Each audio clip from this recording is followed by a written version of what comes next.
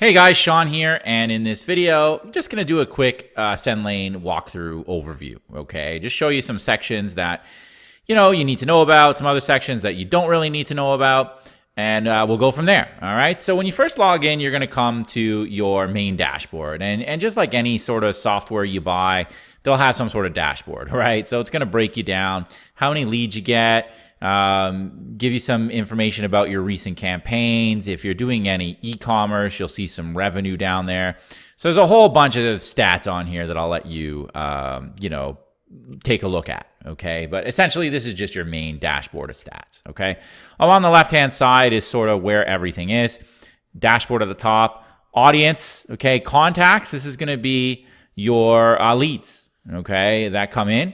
Lists, okay? So for each niche, you're going to create a list. We're going to talk about this in a future video, but I might have a survey list. I might have a rent-to-own list. I might have a make money online list, and so on, okay? Each website will have its own list, and that way, of course, you can organize your leads, okay? Your rent-to-own leads want to be on a list that gets certain emails versus your survey leads, which are on a different list. They might get different kinds of emails, okay? So we'll talk about that in a future video. Segments allow you to create segments of the list. So you might have like a survey list of, let's say, 5,000 people, but you want to create a segment of the people that have opened an email in the last 2 months, okay? And that might only be 1,000 of them. So you can create segments like that. We're going to walk you through segments in another video, but just giving you a basic overview. I never really touched tags or custom fields. And suppression, okay? If you ever wanted to just delete emails, then never have them added to your list ever again, you would add them to the suppression list. This comes into play as you work with CPA networks, and you might get somebody who is getting emailed and they threaten legal action, and legal action never happens, so don't get concerned about that. But you get like a really nasty person who just so mad about all the emails they're getting, they want to be removed from the list forever. And so you might want to put them on the suppression list, okay?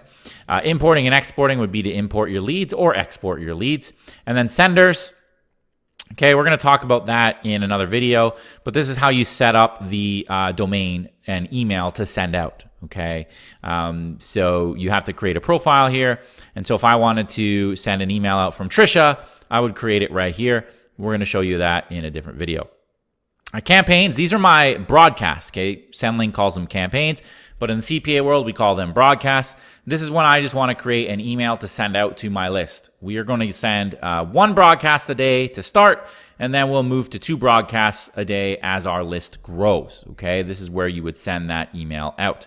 Automations, okay, this is where your follow-up email starts. So when somebody opts into your list, when somebody gives you their information, they will be added to your list, and an automation will trigger, okay? And we're going to send them a very first email welcoming the customer, introducing ourselves, giving them a bit of information, just so that they know who we are, all right? And then when we go to broadcast to them, they know to expect emails from Trisha, okay? So that's the whole purpose of an automation. Now, you can get really advanced with automations, okay? You can like set up a 30-day sequence. In my experience, though, we'll talk about this more in the automation video. It's not a good idea to set up a long-term automation because, one of Gmail's biggest spam targets is duplicate content. So if you keep sending the same email over and over and over and over and over, eventually it will trigger spam.